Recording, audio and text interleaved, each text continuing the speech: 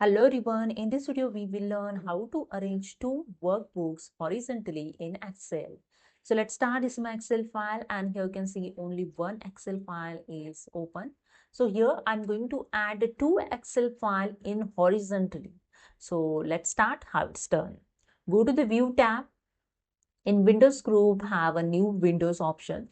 The existing Excel file is Excel tutorial. When I click on the new window, it's automatically added Excel tutorial 2. I just click on it and here you can see the Excel tutorial 2 is added. So new workbook is added here.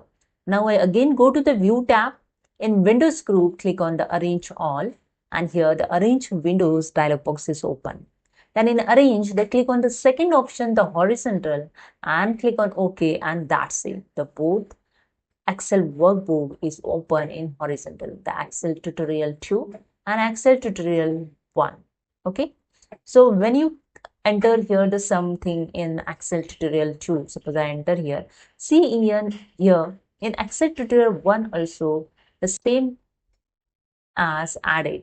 Okay, when you enter your Excel tutorial 1, something is same as in above Excel file also same amount is added. Okay, so this is a way is automatically capture the data when you enter the one Excel file and it's automatically captured in second one. Okay, so hope you understood. If you like this video, please subscribe. Thank you so much.